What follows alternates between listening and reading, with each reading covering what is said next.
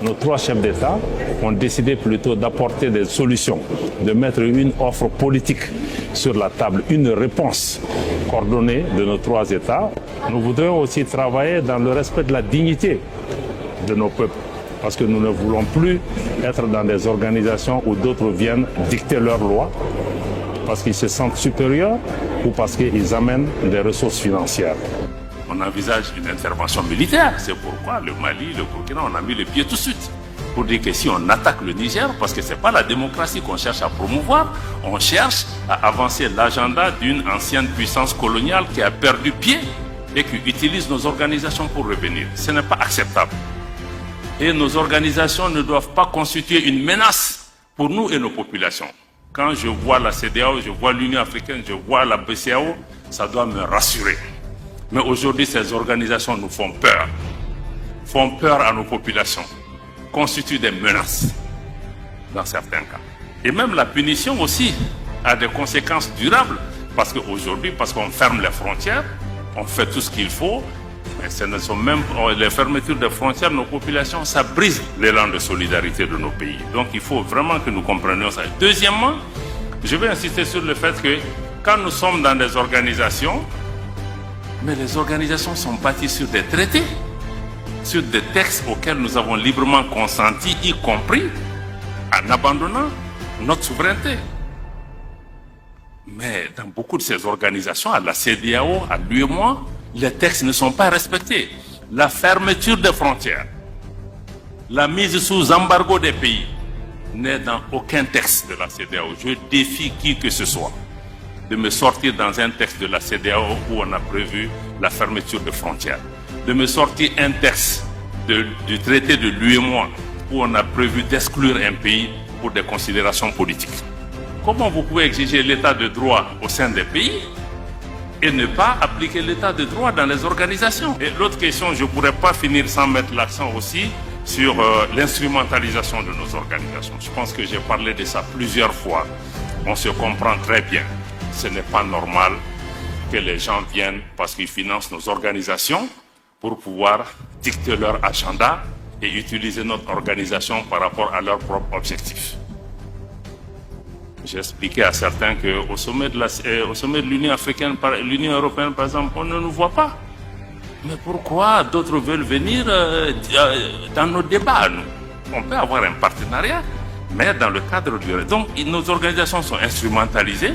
Cette instrumentalisation conduit à la politique de 2 poids 2 mesures parce qu'on ne définit plus les choses en fonction de nos propres paramètres, mais parce que bon, les autorités françaises sont contre le Mali. Ah, il faut les suivre parce que bon, tel pays a une attitude bienséante. Donc, je crois que ça pose un problème de crédibilité de nos organisations. Donc ça, ce sont des problèmes. C'est pas qu'on imagine, mais c'est réel. Donc, ceci nous amène à nous interroger sur la crédibilité. Aujourd'hui, la jeunesse africaine, j'ai entendu beaucoup de gens, nos populations se posent comment ces organisations sont perçues. Moi, je suis certain que ces puissances qui jouent ce jeu, leur objectif même, c'est de décrédibiliser nos organisations. Quand ils disent, ouais, on est derrière la CEDEAO, et vous prenez le micro souvent pour prédire, on a vu des ministres français, ou même le chef de l'État, prédire les conclusions des sommets de la CEDEAO sans qu'aucun responsable de l'organisation les rappelle à l'ordre. J'en appelle à la CEDEAO, l'organisation régionale, et à l'Union africaine pour prendre les décisions qui conviennent et que la France appuiera, comme nous l'avons fait à chaque fois qu'ils ont pris leurs responsabilités, que je condamne avec la plus grande fermeté. Là, je compte m'entretenir dès demain avec le président Nana Akufo-Addo, président en exercice de la CEDEAO, pour l'appeler à prendre toutes les décisions utiles en la matière. Comme le disent nos amis ivoiriens, on est où là? C'est pourquoi on a décidé de mettre en place l'Alliance des États du Sahel, pour plusieurs raisons, parce qu'on ne veut pas une organisation qui soit téléguidée de l'extérieur. 2, c'est que nous avons décidé que nous finançons cette organisation. Si vous voyez la charte, elle n'a pas prévu que nous recevons de l'argent de qui que ce soit. Pour être très clair. Donc, s'il y a des réponses sécuritaires, ça doit être des réponses sécuritaires à la hauteur de nos moyens. Et les moyens, nous en avons. Nous ne sommes pas aussi pauvres que ça, parce que c'est la géopolitique qui crée cette pauvreté et l'entretien.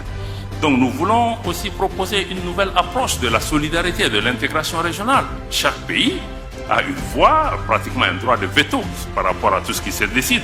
Nous voulons aussi travailler pas seulement sur les questions sécuritaires à travers cette alliance militaire, mais aussi travailler sur les questions de développement, y compris les questions monétaires qui sont tabous aujourd'hui. Nous allons toucher à toutes les questions, comment notre organisation peut répondre aux attentes des populations du Liptako-Gourma. Ce qui est important aussi dans cette organisation, c'est qu'il y a une volonté populaire. Les populations, il y a une symbiose entre nos populations qui soutiennent cette initiative. Donc ça me semble être important.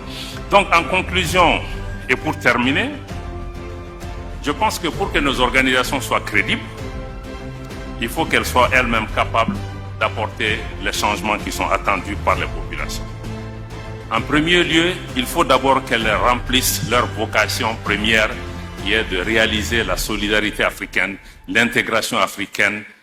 Et 60 ans après les indépendances, aucun de nous ne peut être fier du résultat de nos organisations en termes d'intégration. Aujourd'hui, si on ne prend que la libre circulation des personnes et des biens, les non-africains circulent plus librement en Afrique. Il faut surtout des organisations où un leadership africain est affirmé et assumé.